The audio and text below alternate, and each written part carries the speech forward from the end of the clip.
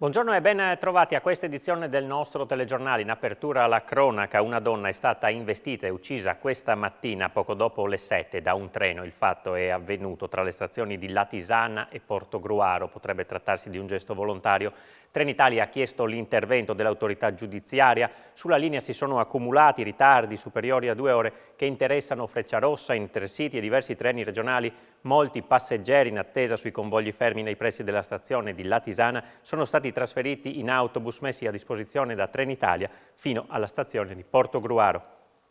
Cambiamo argomento. Promettevano ingenti guadagni attraverso un falso sistema di trading online, ma l'indagine della Polizia di Stato coordinata dalla Procura di Pordenone e da quella di Tirana ha permesso di smantellare un'organizzazione criminale che aveva sede in Albania, truffati centinaia di investitori italiani. La frode supera i 3 milioni di euro. Guadagni facili ma soprattutto elevati col sistema del trading online messo in piedi da un'organizzazione criminale che operava dall'Albania e che stima abbia truffato diverse centinaia di cittadini italiani. L'ammontare della frode scoperta dalla Polizia di Stato, coordinata dalla Procura di Pordenone in sinergia con quella albanese, supera invece i 3 milioni di euro, ma questa potrebbe essere soltanto la punta dell'iceberg.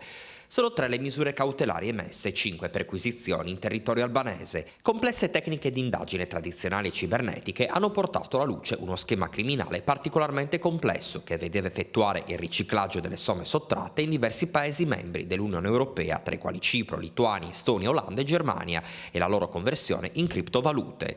Nel corso di più di 42.000 intercettazioni telefoniche effettuate dagli investigatori italiani è emerso quanto i truffatori fossero abili nell'utilizzo di vere e proprie tecniche di persuasione e plagio, al punto da convincere le vittime a indebitarsi e versare nel tempo svariate centinaia di migliaia di euro. Le indagini telematiche hanno fatto emergere 90.000 contatti telefonici di cittadini italiani ad uso degli operatori del call center albanese, pronti per essere agganciati per le false proposte di investimento.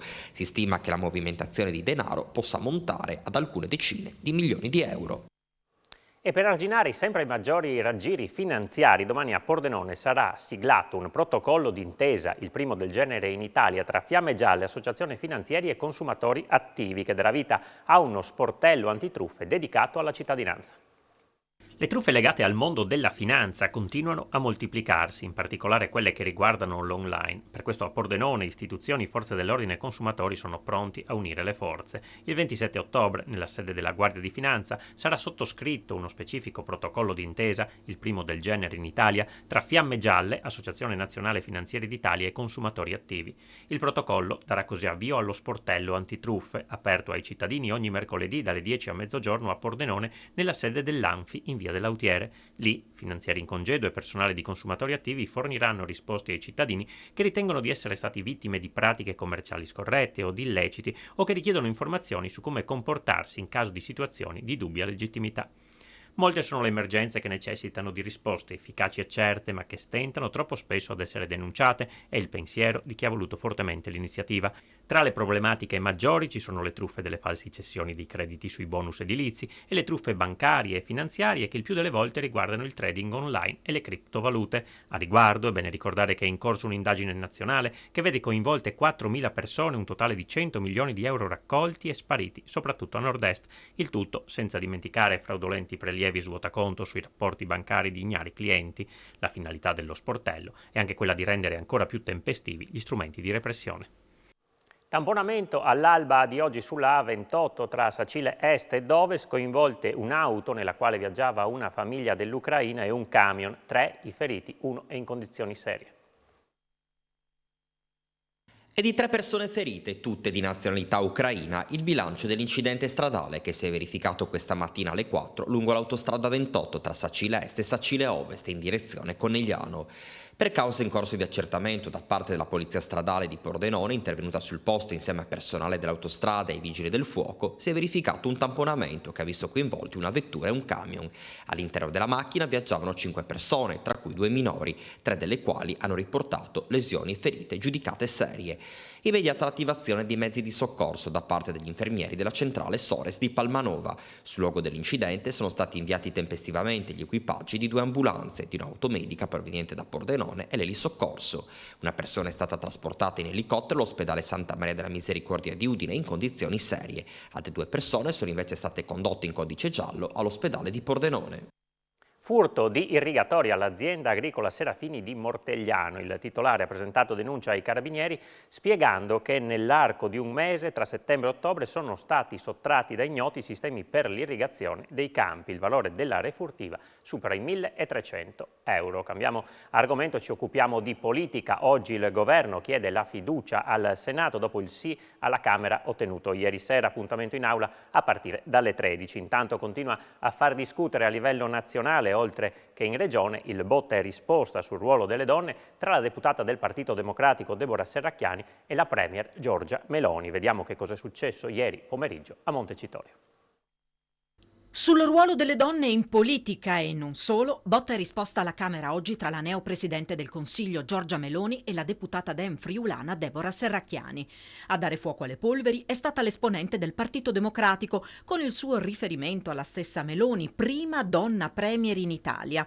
Coltivo, dicevo, l'idea che questo tetto di cristallo che è stato infranto ora non rischi di rinchiudersi a causa di una politica che ci sembra di scorgere già dalle prime battute del suo governo vuole le donne un passo indietro rispetto agli uomini e dedite essenzialmente alla famiglia e ai figli. Speriamo di sbagliare. Durante la replica, dopo la discussione della fiducia al governo alla Camera, dura la risposta della premier a Serracchiani. Ho sentito dire che io vorrei le donne un passo dietro agli uomini. Mi guardi, onorevole Serracchiani, le sembra che io stia un passo dietro agli uomini?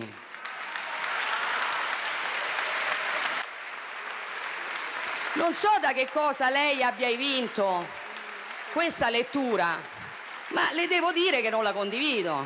Non so da che cosa lei abbia vinto questa lettura, ma io stamattina ho parlato di lavoro, di welfare, di una società che non costringa a scegliere tra lavoro e maternità. Certo, ho parlato anche di natalità, certo ho parlato anche di famiglia. Sa perché? Perché io considero sì una sconfitta che una donna debba rinunciare a lavorare per avere un bambino, ma considero altrettanto una sconfitta che una donna debba rinunciare ad avere un bambino per lavorare.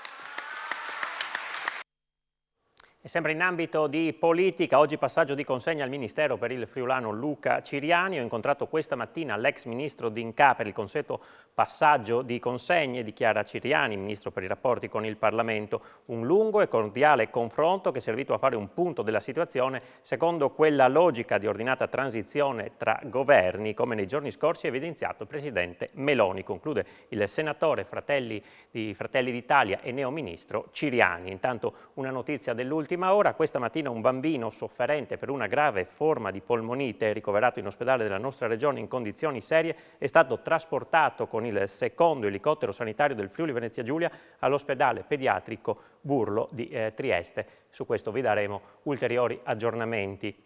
Intanto la pandemia: sono 1.010 i nuovi positivi al Covid-19 emersi in Friuli Venezia Giulia nelle ultime 24 ore, a fronte di 5.203 tamponi tra molecolari e antigenici. 3 le vittime, di cui 2 in provincia di Udine e una in quella di Gorizia. Le persone ricoverate in terapia intensiva sono 5, mentre i pazienti delle altre aree mediche sono 206. Voltiamo pagina. Trieste in questi giorni è capitale mondiale della siderurgia e della metallurgia.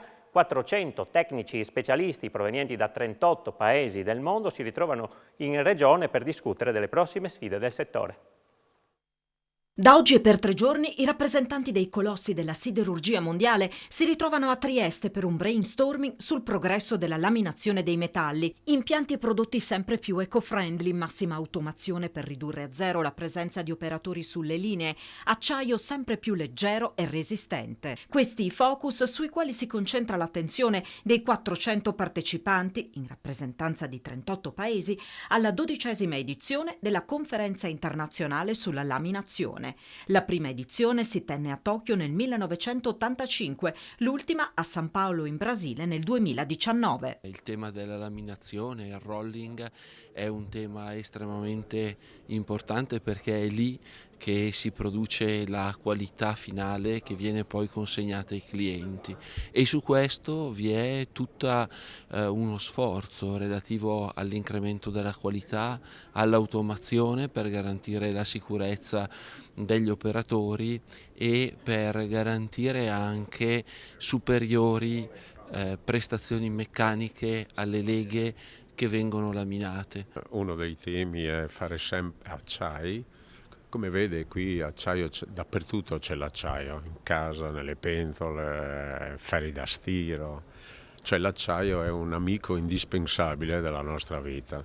La tendenza tecnologica è sempre farlo più leggero e forte. C'è il tema di impianti sempre più automatici, l'obiettivo è avere zero man on the floor, cioè gli impianti che lavorano praticamente senza personale, e soprattutto di produrre, avere impianti e materiali, come si dice, eco-friendly, sempre più eco-friendly.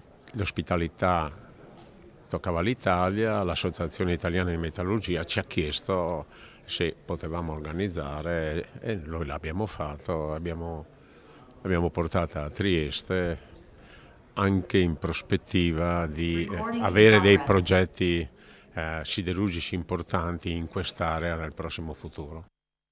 È stato presentato il concorso L'Europa che vorrei, organizzato da AICRE, l'Associazione per il Consiglio dei Comuni e delle Regioni d'Europa, e dal Consiglio regionale. In palio per gli studenti più bravi alcuni buoni spesa.